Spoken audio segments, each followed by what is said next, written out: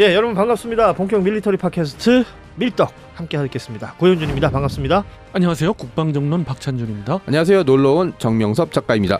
사실 이 시간은 갑자기 저희끼리 얘기하다가 그럼요. 요 얘기를 좀 더 해봐야 되겠다 라고 생각이 들어서 좀 얘기를 하는데, 우크라이나 얘기를 하면서 대통령이 우크라이나를 이제 전격 방문을 했었고, 맞습니다.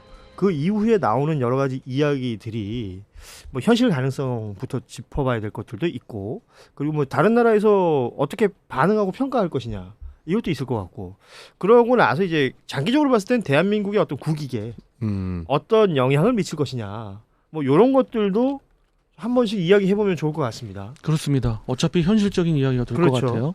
그 대통령이 우크라이나 갔다 온 이후에 나온 이제 주요 포인트들은 결국 지뢰를 제거하기 위한 전차가 필요한데, 지뢰 제거 전차. 네. 네. 이거에 있어서 대한민국의 역할이 있다는 거 아니에요? 지금으로서는 대한민국이 어떻게 보면 유일하다고 할까요? 그런 해법인 것 같아요. 왜냐하면 나토 쪽에서의 장애물 개척 전차는 지금 지원하기에는 상당히 지금 문제가 있고요. 이게 허접하다. 허접도 하지만은 준비가 안 돼 있어요. 준비도 안 돼 있고. 예, 그리고 미국은요?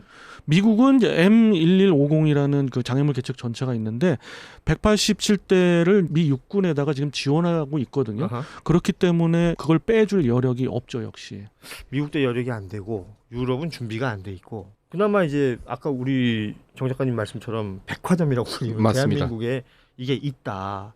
근데 이제 또 논란이 될 수 있는 것은 이 지뢰 제거 전차가 살상 무기냐 그렇지 않느냐, 네. 이 부분도 있을 건데, 그럼 이거는 살상 무기로 보지 않을 수도 있는 건가요? 그러니까 전차라는데 무게감을 두면 어허. 공세용 무기니까 살상 무기로 해석될 수가 있고, 지뢰 제거에 초점을 맞춘다면 뭐 그 상대방을 공격하거나 살상하는 게 아니니까 비살상 무기다 측면으로 볼 수 있죠. 이건 뭐 국내 정치는 빼놓고요. 국내 정치에서는 이게 뭐 설왕설래가 충분히 있을 수 있을 것 같은데, 러시아가 봤을 때 어떨 것이냐. 제가 볼 때는 러시아가 볼 때 할 말이 좀 없을 것 같아요. 왜냐하면 무기 체계 쪽에서는 다 알고 있는 사실이거든요. 이게 비살상 무기 쪽이다. 공병 장비 중에 하나고. 예. 공병 전차와 함께 패키지로 따라가는 그런 이제 지뢰 제거 전차이기 때문에 민감하게 반응 절대 못합니다. 예. 그런데 나토가 그런 것이 없다는 거를 잘 알고 있는데, 러시아가. 예, 이제 한국이 주니까 견제는 할 수 있겠죠. 그러니까 러시아 입장에서는 한국이 되게 미울 거 아니에요. 지금 만약 그걸 제공한다면. 얄밉죠. 네. 예. 제공한다면 미울 것이고, 근데 뭐 항상 많은 분들이 얘기하지만 우크라이나에 대한 지원과 지지가 자칫 이 러시아하고 완전히 척을 지는, 외교적으로는 굉장히 위험한 수 아니냐라는 얘기도 하고, 뭐 러시아에 있는 우리 교민들, 또 거기 뭐 주재원들도 있을 테고 그 가족들도 있을 테고 그들의 안전을 확보하고 이러는 것이냐 등등의 비판들이 쭉 나오는데, 러시아 측에서도 그 부분에 있어서는 또 어떻게 반응을 할지는 잘 모르겠어요.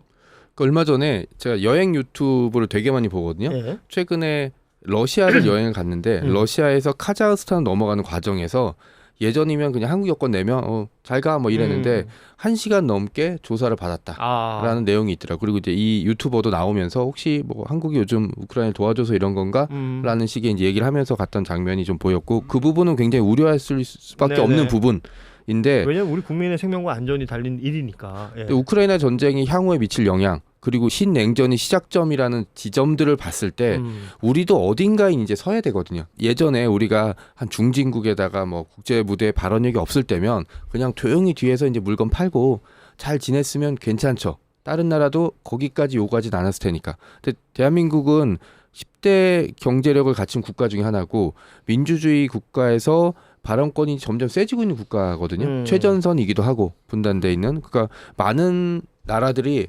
우리나라를 지켜보고 있죠. 어떤 발언을 하고 어디에 뭘 지원해 주느냐가 하나의 상징처럼 돼버린 거예요. 특히 이번에 나토도 그렇고 미국도 그렇고 부족한 무기들이 너무 많은데 우린 다 가지고 있어요.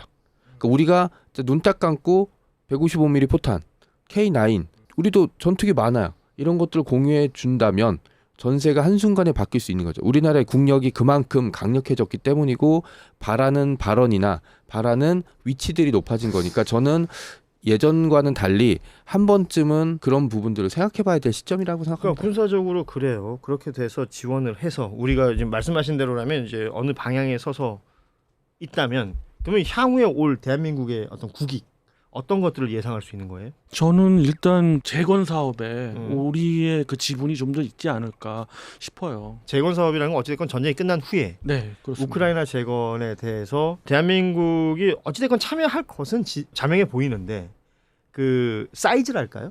아니면 말씀하신 것처럼 지분이랄까요? 네. 이런 것들이 훨씬 더 커질 수 있을 것이다. 그렇습니다. 그거에 이제 아주 직접적인 거고요. 또 하나 좀 파급적인 거는 동유럽 국가들이 그렇죠. 지금도 이제 그러고 있는데 대한민국 무기 체계에 대한 어떤 우수성과 일종의 리스펙이 생기는 예, 건가요? 그리고 어. 이제 뭐 주문을 하면은 이제 거의 본인들이 원하는 시점에 이제 납기를 하는 우리가 어떤 민족입니까? 그렇죠. 예, 엄청난 예. 민족이죠. 예. 그런 상황을 보니까 이제는 군사력을 갖다가 이제 더 키우지 않을 수가 없어요.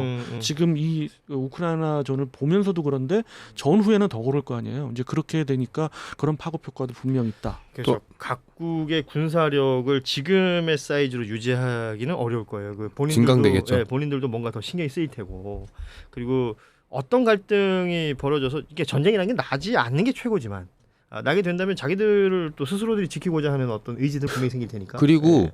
군사력을 증강시켜 놓으면 전쟁이 안 일어나죠. 그렇죠.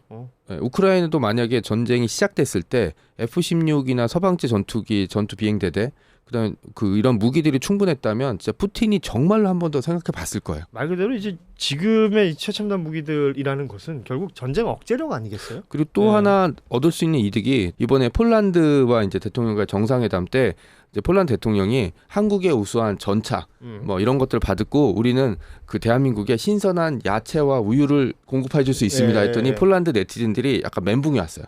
야, 저 나라는 뭐 전차도 만들고 뭐 그다음에 재건 사업에도 뛰어들고 뭐 항공기도 있고 다 있어서 이런 무기들을 막 주는데 우리는 고작 줄 수 있는 게 야, 채소랑 우유밖에 없니?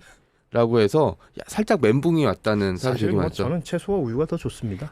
저한테 무기가 무슨 소용이 있겠어요? 폴란드 우유 맛있다고 하더라고요. 네. 그런 것들, 그러니까 국가의 위상이 올라가고 가장 좋았던 시절이라고 생각했던 게 이제 뒤에서 이렇게 공장 역할을 했던 시절인데 그 시절은 이제 돌아오진 않을 거고요. 우리가 가지고 있는 위상이 이제 그 사람들에게 직접적으로 보여지는 거죠. 그러면 한국산 상품에 대한 뭐 재건 사업뿐만 아니라 네. 한국산 자동차, 전자제품 이런 거에 대한 위상도 같이 올라가면서 지금 경제 성장률이 주춤하고 있는데 저는 전후에 우크라이나 재건 사업, 특히 국경선 따라서 아파트 엄청 지어질 거예요. 아파트를 가장 잘 만든 나라가 어디입니까? 우리나라죠. 그래서 그런 것들까지 포함하면 좀 생각해야 될 지점이 와 있지 않나라고 그래서 생각합니다. 그런 생각 해보게 돼요. 이제 이 이슈에 대한 어떤 가장 큰 이슈는 앞서 말씀 주셨던 그 살상 무기냐 아니냐는 그러니까요. 굉장히 네. 중요한데 다시 한번 좀 자세히 설명드리면 지뢰제거 전차라는 게 기본적으로 어느 국가든 차체는 전차입니다. 그렇죠. 전차에 포탑을 제거합니다. 포탑을 제거하고 승무원들이 갈 수 있는 그런 차체를 얹은 다음에 그 다음에 앞에 지뢰제거 쟁기를 장착을 일종의 합니다. 긁어내는 거죠. 네. 그렇습니다. 그건 서방권에서는 거의 통일한데 영국제예요, 전부. 예. 그래서 영국도 사실은 여기 한 발 당구게 되거든요. 그러니까 그 앞에 이제 뭐랄까 쟁기처럼 맞습니다. 이게, 네. 이게 쟁기가 걸, 있고. 긁을 수 있는 맞습니다. 기계처럼 네. 생긴 그것이 예, 예. 영국 거다. 그렇습니다. 다 영국제입니다. 지금 미국 M1150도 그렇고요. 우리 코뿔소도 그렇고요. 다 영국 겁니다. 독일의 이제 유명한 코디악 공병 전차 예. 그것도 영국 겁니다. 그런데 뒤에 또 있죠. 그 굴삭기도 또 장착이 돼 있고. 퍼야 될 테니까. 예, 그리고 지뢰제거를 개척을 하게 되면 그 개척된 곳을 표시하기 위한 그 막대기. 표시기들이 네. 있습니다. 이게 대부분 다 이렇습니다. 이 전차라는 게 여기 이제 살상 무기가 달리느냐 그렇지 않느냐. 네. 거의 없고요. 아하. 딱 하나 자위용으로 혹 뭐 그 승무원들을 보병들이 지켜야 될 그렇습니다. 테니까. 보병들이 예. 왔을 때 문제가 될 수 있으니까 기관총 한정 그쵸. 정도가 이제 장착이 되는 거예요. 그러니까 이게 어떻게 보시는지 모르겠습니다만은 누가 보더라도 이건 비살상 무기는 그러니까 맞습니다. 국제사회의 평가가 중요할 것이고. 그렇죠. 그러니까 어찌됐건 러시아는 그걸로 시비 걸려고 할 거 아니에요. 대한민국에서 이걸 제공한다고 야 니들 살상무기 여기 제공하면 우리도 가만 안 있겠어 등등등을 할 수 있잖아요. 그러니까 이런 것들에 대한 결과적으로는 누구 말이 더 설득력이 있을 것이냐에 대한 판단이 있어야 될 것이고 그런 다음에 이제 만약에 투입이 돼서 전장에서 어떤 활약을 펼친다면 이것이 결국 향후에 재건 사업이라든지 등등의 대한민국의 지분이 넓어지고 혹은 국제사회에서의 어떤 영향력이 커지는 그런 계기까지도 될 수 있을 것이다. 라는 지금 해석을 한 것이고 물론 이 외에 다른 이견들도 있을 수 있습니다. 물밑에서 네. 엄청난 얘기들이 오갔을 네. 거예요. 네. 그 이견들이 있으신 부분들은 우리 밀떡을 보시는 분들 중에서도 있겠지만 댓글로 물론입니다. 필요하시다면 논쟁을 펼쳐주시기 네. 바랍니다. 예, 언제든지 환영이고 논쟁을 이제 저희한테 펼치지 마시고 알아서 네. 알아서 해주셨으면 좋겠어요. 요즘 그런 분위기들이 있어요. 네. 그런 거 좋잖아요. 그럼요. 이게 싸우기 위해서 싸우는 거하고 열심히 논쟁하는 거하고는 전 다른 거라고 전혀 생각해요. 다르죠. 예, 논쟁을 통해서 좀 더 나은 어떤 물론입니다. 가능성이나 뭐 이야기들을 만들어낼 수만 있다면 저희가 이제 밀떡을 진행하는 보람이 있는 거죠. 아주 예. 그렇습니다. 말 잘한 것 같은데. 그런데요. 맞죠? 예. 최고입니다. 박수 3번. 하나, 둘, 셋. 오늘 제가 이렇게 번외편으로 한번 이야기를 만들어 봤는데 관련해서는 여러분의 다양한 의견이 있으실 수 있을 것 같습니다. 댓글로 여러분의 의견을 기다리고 있겠습니다. 그래서 댓글로 의견 달아주시기 전에 구독을 했는지 아닌지 반드시 확인하고 해주세요. 네. 예. 그건 우리 정 작가님 앞으로 좀 검사 좀 네, 해주시기 알겠습니다. 바랍니다. 예. 네. 자, 오늘은 여기서 인사드리고 다음 시간에 다시 찾아뵙겠습니다. 고맙습니다. 안녕. 안녕히 계세요.